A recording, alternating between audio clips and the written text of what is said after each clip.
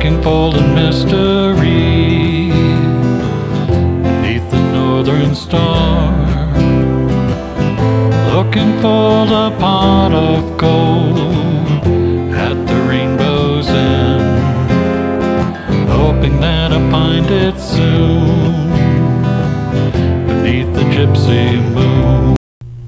Hi, welcome to Be My Guest. This is Jan Lewis, your host, and we have today from Bellingham, we have an author who has a brand new book. Her name is Jan Krausse Greene. Welcome, Jan. It's good to have another Jan on the show. Is it Janet? Janice? It's actually Mary Jan. Mary Jan. But I didn't know my name was Mary until I started kindergarten because no one in my family had ever mentioned Mary to me. My parents called me Jan. And that's how you grew up. Right. So when I started school and the teacher called me Mary, I wasn't paying any attention. And she goes, "Don't you know your name?" Oh, my God. I went home crying. Oh, teacher said my name is Mary. How does your mother and father handle that? My mother said, "Oh, it is, dear. Don't worry about it." Oh, okay. Well, so you had two names, but now you're going by Jan. Right. Mine's Janet, but everyone called me Jan. The only time I was called Janet was if my parents were mad at me. Janet. Well, a lot of people will call me Janet, Janice, just because they assume Jan is short. But now, her book is called I Call Myself Earth Girl. Paula, if you can zero in on this gorgeous cover. And you're going to get one hopefully over to the Upton Library pretty soon. Yes. We'll get you downstairs, take a look at the author's dedicated wall from Be My Guest. I think you'll love it. It's another great way to get yourself out there. Oh, absolutely. For free. Now, give us, without giving away the ending, give us an idea. You tell us about the book. Well, the book is a story of a contemporary woman who keeps having recurring dreams about this young woman who calls herself Earth Girl. And Gloria, the main character, doesn't know what time Earth Girl was living in, but she knows that she's living in a difficult time, and very bad things have happened to her and her family. She keeps having the same dream over and over, and in this dream, at the very end of it, Earth Girl announces that she's pregnant. Well, Gloria discovers that she's pregnant, which is upsetting to her because even though she's married, she hasn't had sex with anyone in 6 months, and she's only 3 months pregnant. So that sort of sets you off on the... You wonder. Yes. You begin to wonder. And then from there, you go on the journey of this. Right, and you really have sort of two stories going on, because one is the story of Gloria's family, and Gloria herself, and how she's dealing with this pregnancy that she doesn't want, and explaining it to her husband, who of course doesn't believe that she conceived in a dream. And her daughter, who just happens to be pregnant with her first child, is not happy about this either. But then the dreams continue, and she learns more and more about Earth Girl's life, and eventually sort of more and more about life itself, I like to think. Yeah, and it sort of like has a, I don't want to say a moral to it, but you have a very gentle, nice way of getting those points across about life. Very good. I like that. Well, thank you. Did you intend to do that? You know, I had certain basic beliefs. I didn't know whether they were going to come out in this book or not. As an author, you know, people talk about, are you a pantser or somebody who does a whole outline, or do you fly by the seat of your pants? I would fly by the seat of my pants. I fly by the seat of my pants. Yeah. So often, really, the Earth Girl dream, that first dream, came to me about 2 years before I even started the book, and I didn't know what to do with it. I had this, almost like someone was telling me this story. Right. And so I wrote it down, and then I just kept it for a while. And when I finally decided that I had time to sit down and actually write a novel, I realized I could use that dream and also tell this story about a contemporary woman. Yeah. I didn't know anything else that was going to happen in the book. Yeah. I literally had her have the dream, and then the rest just sort of came. The characters did what they did. And that's how it just... Were you the type that would, if you were riding in the car, had a piece of paper beside you for ideas, and in the middle of the night, I got to do this? I still, at this point, had an answering machine on my phone, and I would call myself, and my husband would come home and hit the button on the answering machine, and it would be me saying, well, and then Gloria should do this, and I think that... What did he think? Well, as a novel, it has a lot of structural difficulties. It's not your typical novel with, that follows the first third, the second. So he's a lot more experienced as a writer than I am, and he was reading the draft of it, and one day I came home and there was a little book on my bedstand, and he said, "I got this for you. You might want to look at it." But he's very gentle. And it was something like how to write a novel. Oh, hint, hint. And so it had all the information in it about how you're supposed to structure it and what you're supposed to do. And I realized that all of that probably works. Yeah. But I had this story, and this was the story You're that more was of an unstructured intuitive. right. And it's going to come as it comes. Exactly. Do you spend hours at night on the computer as it comes to you? Well, the other funny thing about this is because I have a lot of grandchildren and I was trying to take care of my parents. That's a lot. And I still was doing some educational consulting. I didn't have a lot of time. So I actually wrote pretty much the first half of the book by going away for 1 week and just writing all day long for a week. Yeah. And then I had to wait a whole nother year to be able to sit down and write the second half of the book. God. But it was still in your mind. It was always in my mind. It was always in the subconscious. Right. And I think that probably for all writers, but especially for, like you said, more intuitive, so much of what goes on with my writing happens before I'm ever aware of it. Yeah. And then when I sit down, it's like, oh, it just starts to come. But anyway, I wrote the second half that second year. I would not recommend that as a way to write a book. Probably not. But for me, it worked because I'm not very well disciplined to sit down every day and write. It's when with my memoir clients, as I ghostwrite, one of the first things I had to learn in the beginning that they're not like I am. They've got it in their head, but they're not like you are too. Quick on the draw and get it down. I said, make a timeline. It doesn't have to be the exact year if you can't remind me. It doesn't have to be the exact day. But let's start somewhere. Right. And then as we go, okay, this was June 6, 1922, then we're going to take and we're going to elaborate on that. What was that event? What was this event? Get the big moments out there. Exactly. I remember when I started, I tried the tape recorder routine. I don't advise it because that thing, I had it up very high. Thank God I was still taking my steno notes on it, which I still do, because the volume didn't work. And my poor client, we spent 2 hours together. She's an older lady, and I would die at having her repeat it. Oh my God. Just something in me said, don't trust it completely. Right. And I never did it again.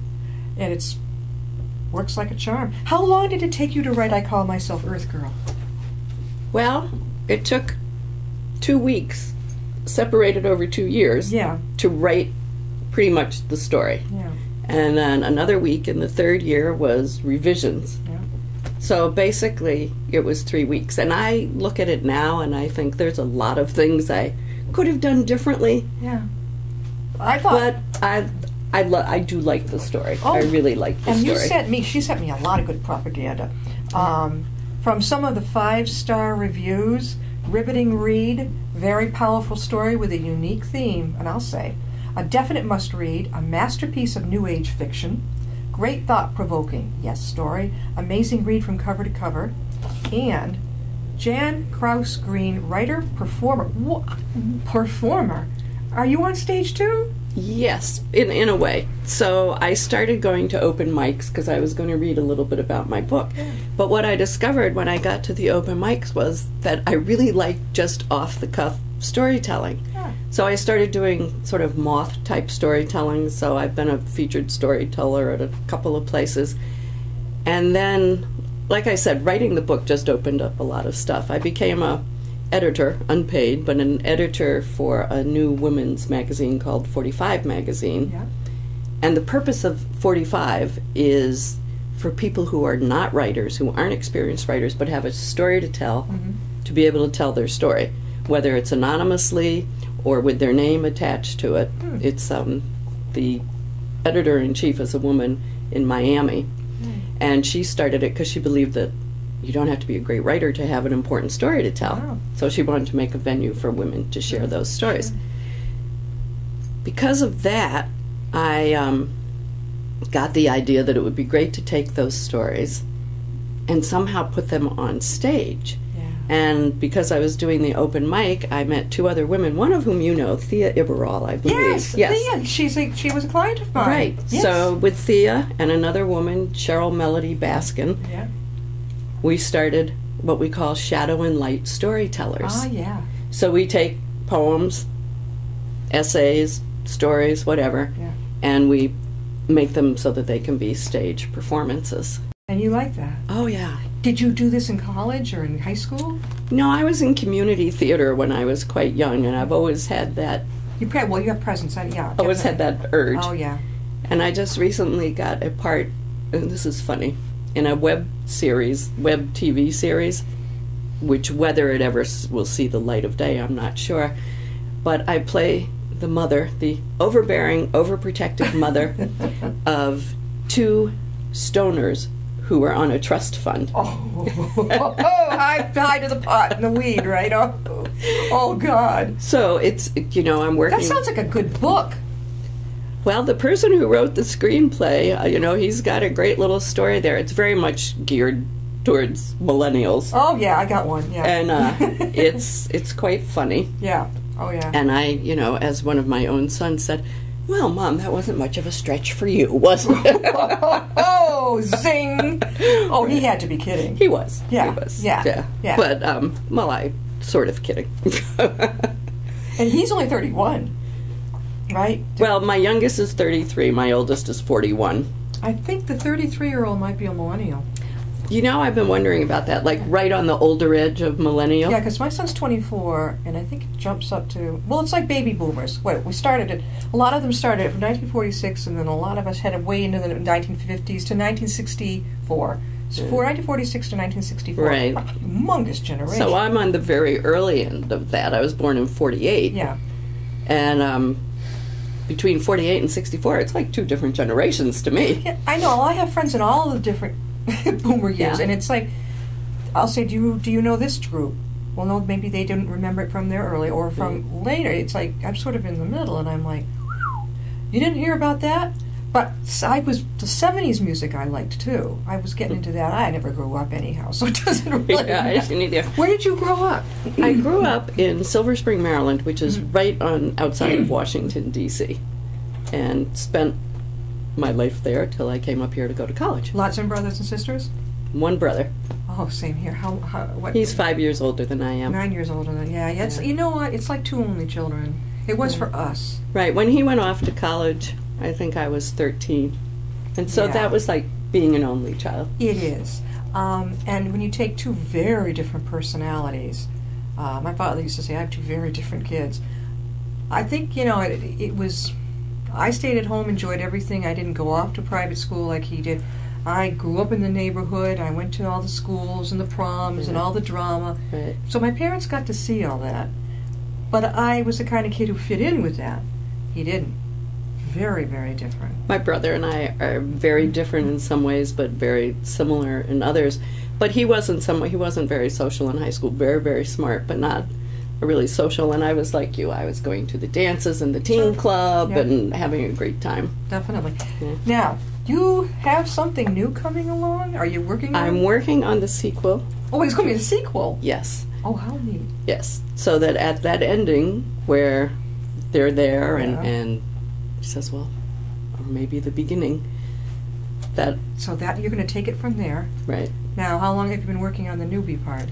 Well, I've actually been working on the sequel a long time because I've been trying to do it in little bits and pieces. And I said to my husband, okay, this year I have to finish the sequel. If I don't finish it, that's it. I'm not going to try to do the sequel anymore. I have to get it done. Part of my problem is I have very little focus on one thing. My interests are like this. Yeah. So I'm also working on a memoir, which is about being the mother of sons who had ADHD and dyslexia and different learning disabilities. This is you. Right. Oh, my son had ADHD too. And then having my first grandson has autism. So does mine. Really? Oh my gosh. Are we sisters? What is this? Yes, he has. I was the first one to notice it. He was about a year older or two, and he was not responding when I said, Wally. He would not look at me. And I warned my son and his girlfriend. I said, this is one of the signs, you know, guys. He's not acknowledging. Right. They caught it. He's had in-home attention, and now he's what they call high functioning. He's doing fine, and he's in preschool. Yeah, Ben is high. Ben is just turned 9, and he's high functioning. But because of the experiences that I had with my kids along the way, I learned a lot that has really helped in working with Ben. And sort of, he had a lot of anxiety, and, you know, he also has some of the ADHD traits along with the autism. Yeah. And with one of my sons, I had learned to do neurofeedback, so I've been using that with Ben, and that's really been helpful. Oh, is he lucky to have you? Well, you know what? How lucky I am to have him. Yeah. You know? Yeah. You think, oh, autism, but what a special kid. What an amazing kid. They have this uncanny thing where if they're really interested in something, that's it. Right. They have hyper focus on what they're interested in. And I think at one point they thought Asperger's with my son, but no, she says definitely not, because he was able to look people in the eye. He had all this type of thing. He's very normal. He's just very temperamental. Conduct disorder. Had to go to like these residential schools for kids who, he could learn. He just didn't want to learn their way. Right. And he'd walk out of a classroom and say, what you doing? Right. I'm like, oh my God, is this my son? I was a high school teacher for years, so... You've seen this. Right. But the kids, you know, sometimes when you're a high school teacher and you're a small person and you have these big guys in your class, they think that they can intimidate you. Yeah. And I used to say, I have 5 sons. Nothing you do here will surprise me in any way. You know, definitely. I'm just, Listen, Jan, how can people get a hold of your book? I call myself Earth Girl. Well, they can go on Amazon. They can go to Barnes & Noble's. It might not be in stock, but they can order it, or at barnesandnobles.com. The ebook is available in every ebook way: Amazon, iPhone, the Nook, all of those. I'm saying iPhone. I'm sure that's called something else. I know. I mean, I just learned to text, so I could keep up with him as well as the mother of the two. You know, what is wrong with simply sending an email or picking up the phone? Right. I have one of those cheap little track phones, so it's not the glamorous thing my friends have where it's, that fatter one. And so it's like... But when I first started texting, mostly because of my kids, I had the one where it was still ABC on one. Yeah. So you'd have to go do. Yes. And I was sending out messages where my kids would write back, "Are you drunk?" I mean, they were incomprehensible. And you can't capitalize. Right. And I can't figure out what the numbers are, so I'll say, okay, it's going to be January 21st, we're going to meet. I spell out 21st. Oh, jeez. But you know what? I don't want to be attached like an umbilical cord to the darn thing. That's right. They'll always have the screen in front of your face. You go to a restaurant, and you see, they're all... Right. But speaking of screens, I do have a website. Go for it. It's jkgreene.com, www.jkgreene.com. You can get the book through that also. And... where are you going to be appearing? Where have you appeared? Well, I've been twice to the Berkshire Festival of Women Writers, which is wonderful. I got to read from my book in Edith Wharton's mansion, and that was really exciting. Yeah. I was supposed to be a feature at Wake Up and Smell the Poetry. Have you heard of that in Hopkinton? No. So that is, Cheryl Peralta's been doing this for a couple of years, Hopkinton Cablevision.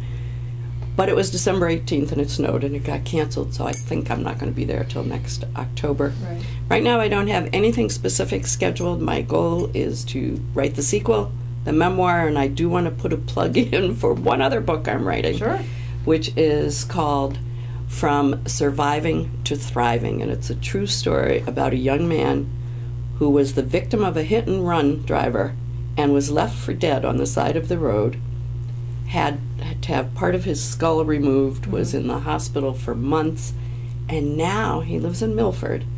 He's amazing. How did you meet him? My sons actually went to high school with him, but this happened years later. He was living in Nevada, and he belongs to a brain injury support group, and he does still have some memory issues, and he has seizures occasionally. But his attitude and his ability to prevail it is just incredible. And he has a message for people because he went into this physically fit, and he says to people, you know, it's not about looking good, it's about having all your resources there so that if something happens to you, your body can cope, because his surgeon didn't think he was going to make it. How old is he now? He is 35. So you are working with him on his memoir. Right. He and his mother. His mother, half the story he doesn't remember because he was unconscious. Sure. But his mother tells the whole story of the beginning, and then he has been in 10Ks and all, whatever those marathons are where you have to swim and run and ride a bike, and that's so long. And he does it to raise awareness for brain injury. So he's an amazing young man. So his name is Michael Bartolini. Oh, so you've got that going. You've got the sequel to I Call Myself Earth Girl, and you are writing a memoir about being the mother and grandmother. Mother and grandmother. That's just three things. Too many things at once. Now, which one do you think will get the sequel will get finished first? Do you think? Either that or the book about Mike surviving to thriving. All right. It's. I need to get on a schedule. That is my goal for this year. Right. I'm like the bright, shiny object person. Something new comes along, and I'm like, oh, okay, I'll do that. Yeah. I'm vice president of the Boston chapter of Women's National Book Association. Yeah. I just see things, I get interested, I jump in, but it's keeping me from. Well, you're a how else do I say it? Serial entrepreneur, in a way. Ever watch Shark Tank? Yes. Yes. I'll bet you like it too. I do. I love it. Yeah.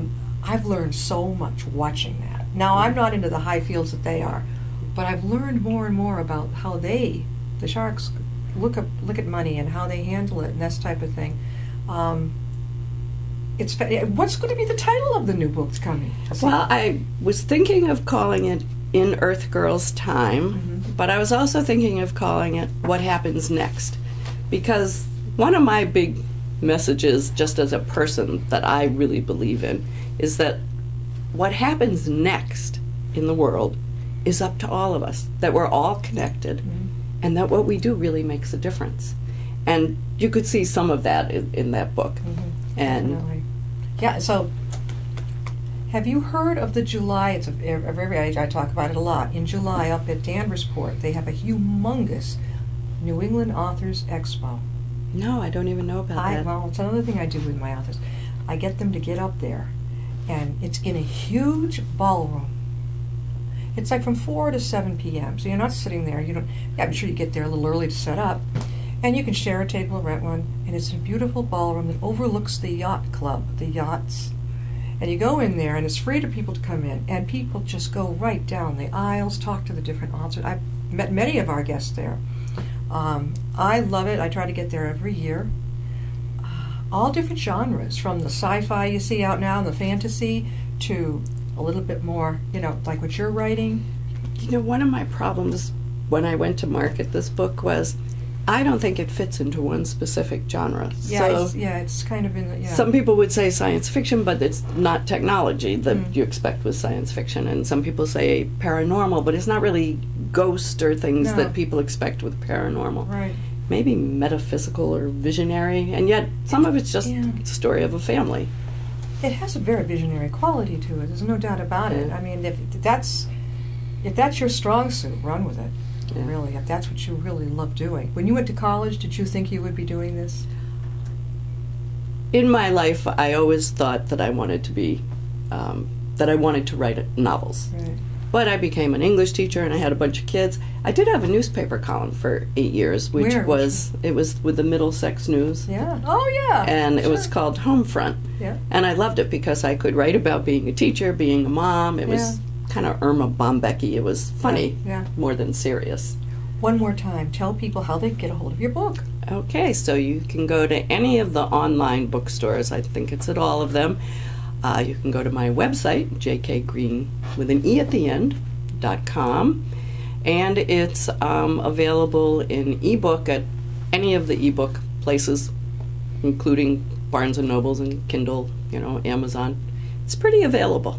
So You know, I would think, what would be what are your favorite places if you're going to be giving your presentations and book signings? What have you found that's kind of your favorite, or haven't found it yet? well, I have to put in a good word for Tatnick. I think Yeah. Tatnick Booksellers in Westboro is absolutely wonderful and fair to authors, and they give you so many opportunities. So I really, that would be my favorite. They do.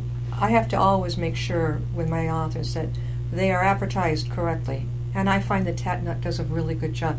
Sometimes with a library, not always, but good thing I showed up at a local library recently, and I had a children's author scheduled there. And I walked in, there was no sign. And I know she has a huge... So I said, where's the children's guest author today? Oh, I think she's down in the basement. Children's room is right there in the first floor. I said, oh, really? So I went down. I found her in a corner in the presentation room, but it was dark, and there was no one in there but her husband and her and their books. Right. I said, why are you here? Well, the library director in the children's room said we had to be. I was like, no, you don't. I said, where is she? She's eating lunch. I went, good. I went and found her, and I said, very nicely, I said, I'm moving our author up to where the children are.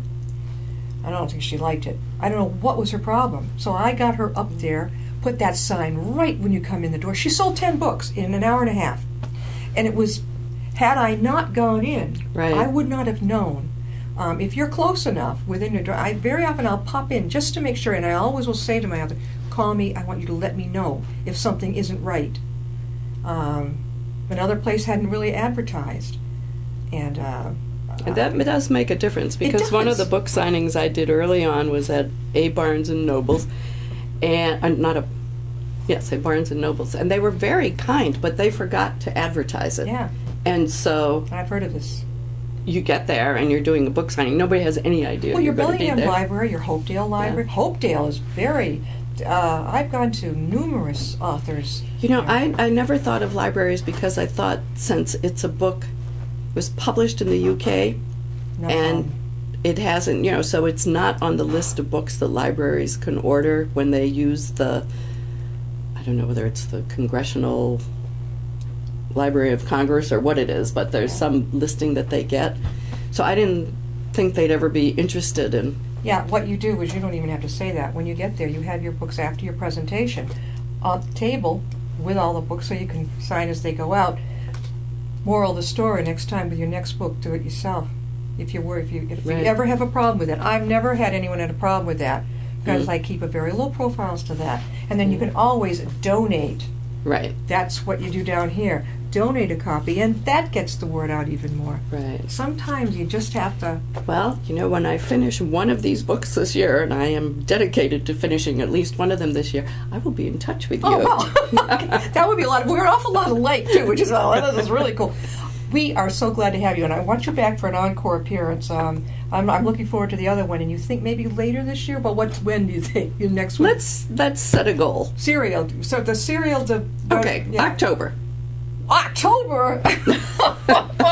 I work best with a deadline. That's why I was great with a column. Holy cow, October. Okay. So in the meantime, how are you getting the word out about this if you're so busy writing your other three? I'm really not. I mean, I have a Facebook page, my own Yeah. page, just my friends and family kind of thing. But then I have a page called I Call Myself Earth Girl. Yeah. And I don't know, I have about 900 people on there. Yeah. And I do tweet, but again, It's not the same as in person. it's not. And that was a big mistake for me. And you're a good presenter. I thought that social media was the way No, you were supposed to go. I always tell the authors, get your nose out of the computer and let's get you out there. People can see you. I mean, I go to see authors give presentations, authors I don't even know yet. And I listen to them because I'm hearing their story. Right. Well, some of my, I think, best successes have been with book clubs. You like that? Yeah. Like which book clubs? You mean just like writers groups? Just people who have a book club. At the library, that type Or of thing? in their neighborhood. And you go and speak there. Right. And so they will buy, 6 books or 10 books or however big it is. I love And I'll come and talk to them. And I've done a few of those on Skype also. Yeah, good. Yeah.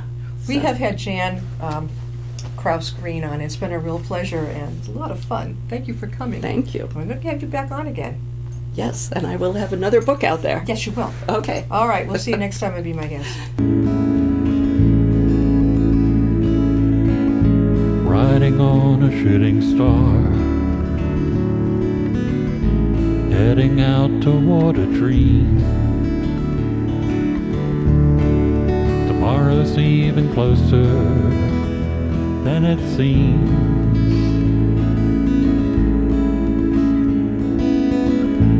Moving through the cloudless sky, heading out toward the moon.